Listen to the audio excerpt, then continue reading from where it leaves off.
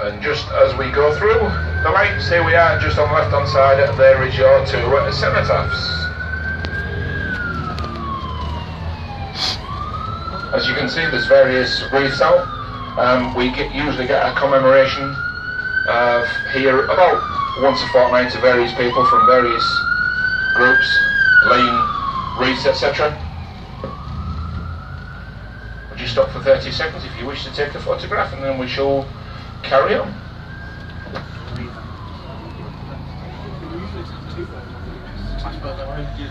Right, okay folks, we're going to stop at the lights and then we're going to do a left onto Car Lane, but just in front of you is the Cecil Bingo House, but on the right is the former Cecil Cinema, where this glass building is, but more of that later on. Now in 1955, this building in front was demolished and it was rebuilt, and it replaced the old Cecil Theatre, which was destroyed by enemy action during the Second World War.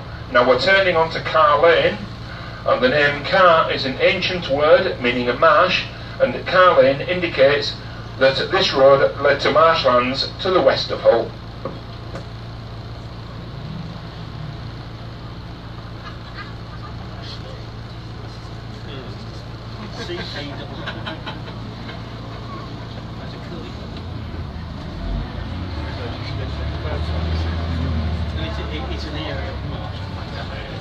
Right, okay, there's your local bingo hall if you fancy a game of bingo tonight. But then, just coming up on our right hand side, you will see a building with a yellow banner on the front. This is Telephone House, and this is the headquarters of KCOM, previously known as Kingston Communications. Hull is unique in being the only place in the country to have its own telecoms company and its distinctive cream-coloured telephone boxes. However, there are a couple of exceptions to the cream ones, and here in black and yellow stripes on the right, this is dedicated to Hull's B-Lady, 95-year-old Jean Bishop, who was famously raised over £100,000 in 17 years, dressing up as a bee and encouraging donations for Age UK. Now we're going to pull over very shortly, and we've got one or two things to tell you about Queen Victoria Square, which is just ahead of us.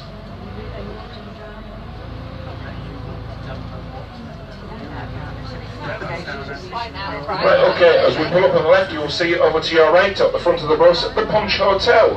And this is described as a brick and terracotta extravaganza of Gothic and Jacobean detail. And if you notice, running around it, there are gilded Mr. Punch heads running around the top of the building. Next to the Punch Hotel is the Ferrens Art Gallery, and this is the city's main art gallery, founded in 1927. The land and the money for the gallery were donated by Thomas Ferrens, a Hull MP, industrialist and philanthropist. The gallery has recently been refurbished and will host the world-famous Turner Prize later this year as part of the City of Culture. On our left-hand side, crowned by a copper-covered dome with a Tuscan cupola, is the City Hall, and this is Hull's main concert venue with a capacity of up to 1,800 people. The building was designed by Joseph Hurst, the first city architect, and is noted for its fine grand staircase leading up to a large galleried concert hall. Work began on the building in 1903, but it was only first used in 1909, despite having no official opening. Just on the left now is Hull's main public square. This is at Queen Victoria Square, under the watchful eye of Queen Victoria statue, now in a commanding position on top of the public toilets, so we always like to say in Hull that Queen Victoria is well and truly on the throne. The square was laid out in 1900 to mark the designation of Hull as a city. Queen Victoria Square has recently been transformed as part of the £25 million City Centre Public Realm programme to coincide with the UK City of Culture. It is also the joining point between the old and the new town. Until the 18th century, Hull was largely contained in the medieval Old Town. This building just ahead of us to our left is the Maritime Museum. This was originally built as dock offices in 1871. The building is actually triangular and overlooked two docks, the Queen and the Princess Docks. Now as we move out of the square, to our right is the site of the former Beverley Gate, and this symbolises the link between the old and the new town. If you look closely, just over the hedge, unfortunately the view is blocked by a bus at the moment, you will see the foundations of the city walls. At the time, Hull was a heavily fortified port of increasing military significance, and war with Scotland seemed inevitable. However, the King's relationship with Parliament was growing steadily worse, and it was here in April 1642 that Charles I was refused entry. An ultimatum was issued to open up the gates to the King, but this was ignored by the Governor, Sir John Hutham, who was declared guilty of high treason and beheaded. The royal party was forced to return to Beverley, and it is widely believed that this was one of the acts that sparked the English Civil War. Now we're just going to stop for a couple of minutes, and if you look over to your right, this is the Queen's Gardens. This was laid out during the 1930s and was originally Britain's first enclosed dock, the Queen's Dock. Built in 1778, the dock follows the line of the original city walls. In the distance beyond the gardens you might just see the statue of William Wilberforce, the English social reformer and Hull MP, famous for his role in the campaign to end the slave trade. We'll have a look at the monument very shortly. If you look also over to your right, through the trees, you'll see the magnificent maritime prowess statue being pulled in a boat drawn by seahorses atop the Guildhall. And also to your right you'll see a big structure that looks like a radiator. This is the Solar Gate. It is 10 metres tall, it's made of stainless steel, and there are 16 plates which are to be installed over the summer period and into autumn. And it will be engraved with key dates in the city's history, so as each day comes up, that particular date will be lit up at night by lights. And over to your right is a former portcullis house. This is now, as you can see, the BBC building, where our local radio Humberside is broadcast from, and also the BBC local programmes are also broadcast from there.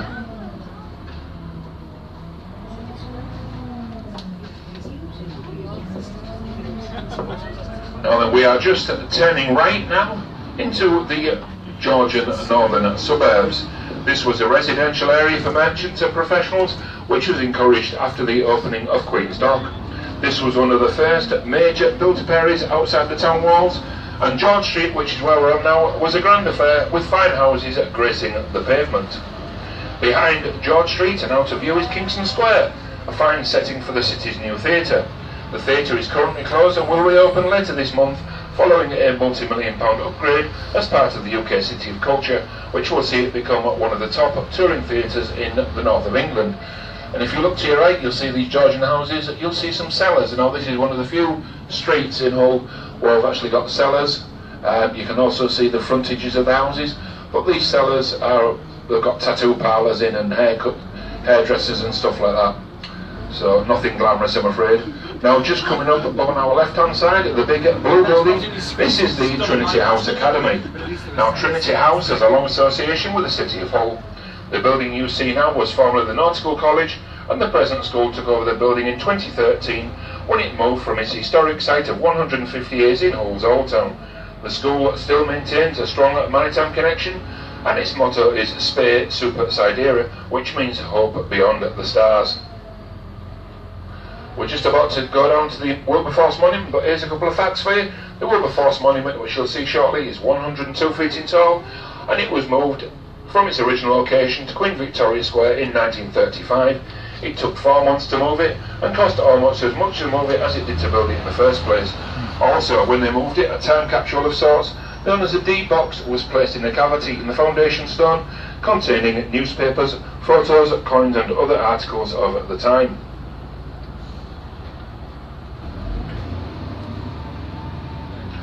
When we turn right, we'll drive past the monument very slowly so you can take photographs if you wish.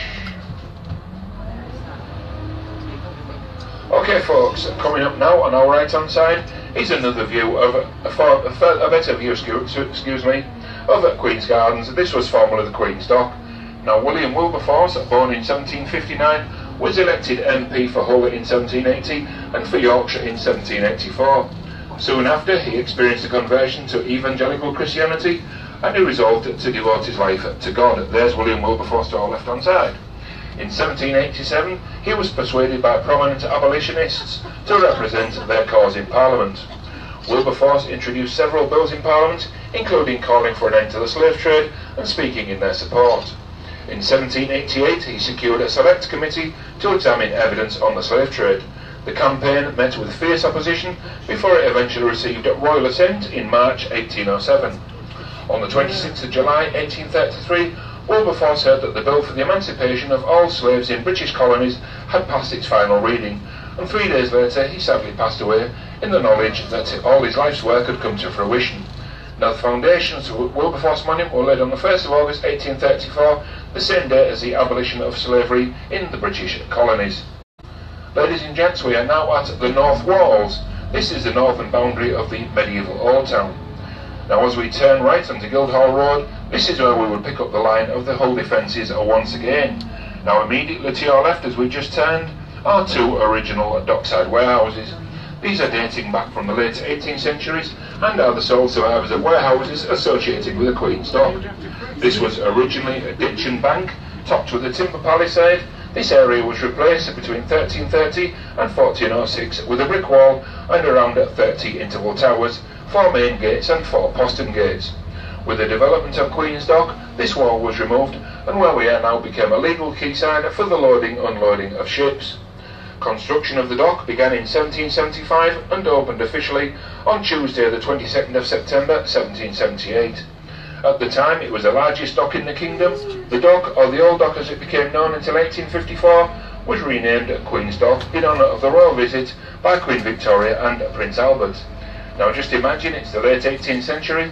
What you would see here is a large expanse of water and the hustle and bustle of tall ships loading and unloading their cargo on the quaysides. Now as we turn left, you'll see Boots the Chemist. Well, between here and Boots the Chemist is Parliament Street. This is the most complete Georgian street in Hull. Parliament Street was cut through an old area of slum property and required an Act of Parliament to link up Whitefriar Gate with the dock behind you. Building began in 1796 and was virtually complete 4 years later. And if you look to your left, out top of the bus, you just should see the Maritime Prowess statue. Now as we turn left into Alfred Gelder Street, this vast building to our left is Hull's second impressive civic building, the Guildhall. Have a quick look up at the top, towards the other end, towards the front, and you will see Britannia riding her chariot with the lions. And unlike some Guildhalls in the country, which are just used for ceremonial purposes, this building still retains its original function and is home to local decision making. The present building dates from 1904 and replaces a much smaller town hall. Now on our right, extending around into Lowgate, is the former Old Main Post Office, built in 1909. And in front of us, as we turn right, is the modern combined courts building, housing the city's Crown Court. If you notice the domed roof which aligns us to surrounding architecture, immediately just beyond this where the arch is St Mary's Church, but we'll talk about St Mary's Church a little later on into the tour. Now folks, we are leaving the new town and entering the medieval Old Town. And this is the area where Hull was established nearly 750 years ago, and it still retains a medieval street pattern which you can get a feel for if you glance down the side streets. Although few buildings survive from the medieval period, back then Hull was a major port, trading and religious centre. And incidentally, this area recently doubled for the streets of London to celebrate the end of the Second World War in Europe, VE Day, for the film A Royal Night Out.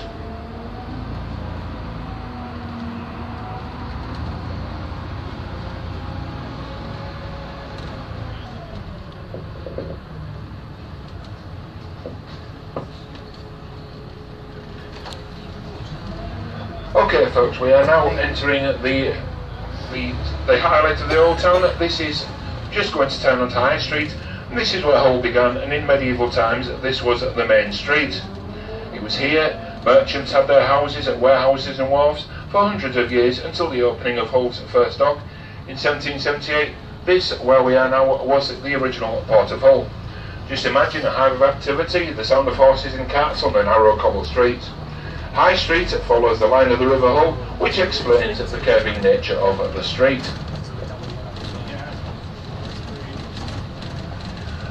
To our right are the short lanes running from the street to the river. These are known as staithes, which is a local name for a landing place. If you look closely, you may still see street names such as Bishop Lane Staithe and Chapel Lane Staithe. And just to our left, where this parked car is, this is Scale Lane. This is Hull's only survivor. There is Hull's only surviving timber frame property dating back from the 15th century. It's about the second building down, I believe, on the left hand side.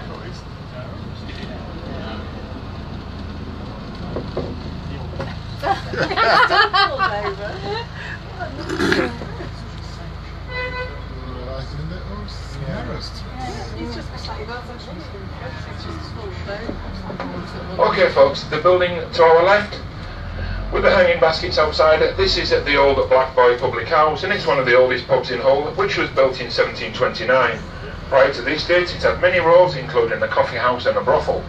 It is believed that the name Black Boy comes from a Moroccan boy who worked here when it was a coffee shop. And on our right is the former Pacific Exchange, now home to the UK City of Culture team. The building was originally a trading exchange for grain and oilseed, and probably took its name for the Baltic Exchange in London and the Atlantic Exchange in Liverpool. The building next to this are the remaining warehouses linked to the former port behind, which you can see the River Hull, or as it was known, the Old Harbour. Just to our right is some old dock houses, and these are now student accommodation. Now then, just coming up on our left hand side behind the black gates, you'll just see this is one of the city's finest remaining merchant houses. This is Maister House, and this is the only National Trust property in Hull, and it was built for the wealthy Hull merchant Henry Maister. And just coming up on our right hand side, as we approach the museum's quarter, it's the Hull and East Rider Museum. This was built as a corn exchange in 1856 and is on the site of the former customs house. It was here that customs and excise men tried to assess cargoes for the payment of duties and loaded in the river behind, and Hull was notorious for not paying customs and excise duties. The corn exchange was an incredibly important building, since it was the only authorised place in the town where farmers and merchants could buy and sell corn. By the late 19th century, the corn exchange was underused, and the building opened as a museum of commerce and transport in 1923. Ladies and gents, this is the museum quarter, and this is a collection of 4 museums and includes Hull and East Riding Museum, the city's Natural History Museum,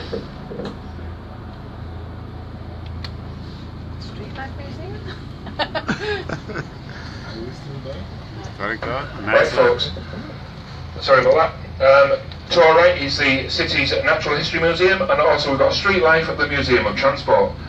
Wilberforce House and the Arctic Corsair, which is Hull's last sidewinder trawler. The Arctic... I've never heard about that.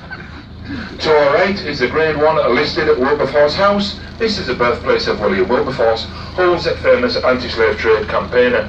The present house was built in 1656 for the merchant Hugh Lister, and we know at one point was used by the Governor of Hull.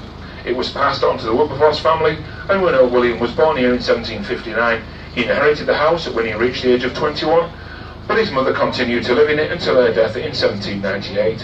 In 1830, Wilberforce sold the house, and it fell into a state of disrepair until in 1906 it became a museum, and today it tells the story of the transatlantic slave trade and its abolition, as well as dealing with contemporary slavery.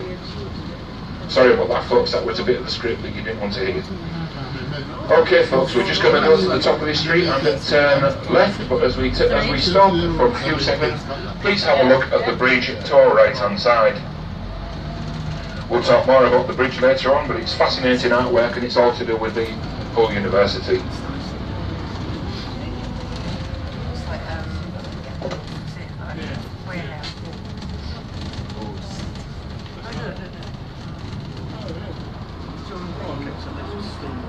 Now here folks, if you look to the right now, you'll see a Dreadpool Bridge and the connecting circle diagrams.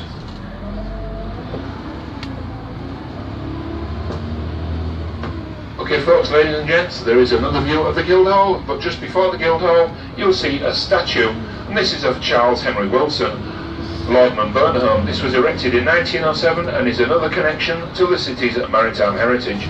Charles was a ship owner of the largest private steamship company in the world in the late 19th century, and politician and leading figure in the city during the later 19th century. His company virtually held a monopoly for emigrant traffic from Scandinavia to America through Hull up to 1914. Now as we turn left into Lowgate, you'll see on the left at St Mary's Church, and this is the smaller in the old town, smallest of the two in the old town. Notice the very unusual arch in the tower over the pavement. Excuse me. Indeed, the church itself has an unusual shape with no structural division between the nave and the chancel. We know the original tower collapsed in 1518, so what you see today dates back to 1697. Most of the exterior of the present church dates from the 1860s, when it was restored by the celebrated architect Sir George Gilbert Scott. And just to our right, where this bar Babylon is, this is at Bowl Alley Lane, probably taking its name from the green here for playing bowls within the grounds of the former manor house. Beyond this is Hull's most famous and certainly most unusual street name, the Land of Green Ginger, immortalised in Winifred Holtby's book of the same name. We don't actually know why it was called this, but may refer to the sale or storage of the spiced ginger in the Middle Ages.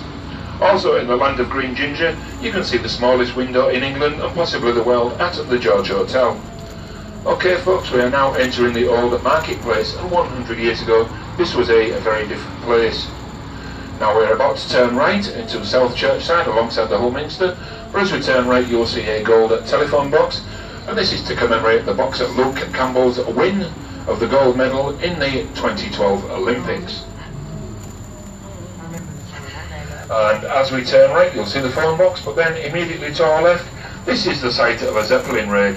There were at least 8 air attacks on Hull during the First World War, killing 43 people and injuring 115. Now Holy Trinity Church to our right was also bombed, causing £100,000 worth of damage. The lighting restrictions made Hull the darkest city in the kingdom for the rest of the war.